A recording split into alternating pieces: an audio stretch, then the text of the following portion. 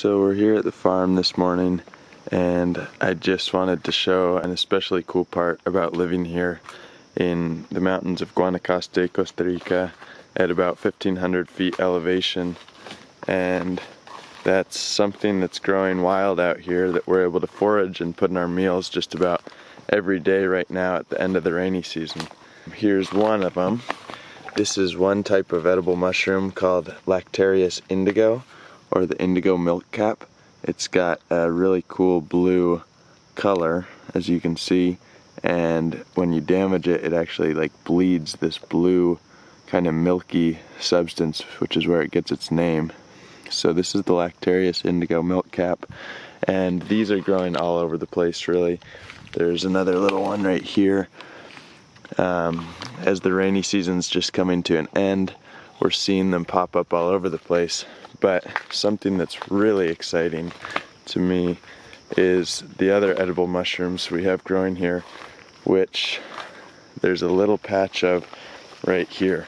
So these are smooth chanterelles. Their scientific name is Canthrellus Lateritius, and they get their common name the smooth chanterelle because typically they'll have even smoother ridges than this. These ones that we have growing here actually have quite distinguished ridges, but just based on the climate and certain characteristics about them, I'm able to determine that they're the species Canthrellus lateritius, or the smooth chanterelle. So there's a few here, and there's another one hiding in there that I'll grab. Oh, back here there's another blue indigo. So these are our two edible mushrooms. The Lactarius indigos have a really lightweight, kind of crisp texture, and they soak up flavor really well.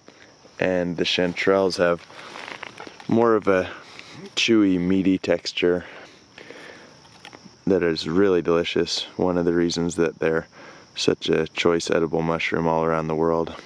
So here's a really pretty one, and I'm just gonna harvest some of these and put them in my breakfast today.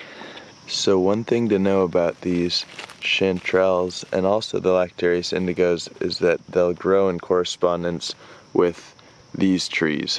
This is a quercus species, or oak, and oak trees are known to be very mycorrhizal, meaning that they have roots that exchange sugars for nutrients with fungi, so they have a symbiotic relationship with the fungi where they can help feed each other. So you'll often find many species of mushrooms popping up near oak trees, and this property just happens to be littered with these oaks, or encinos as they call them here.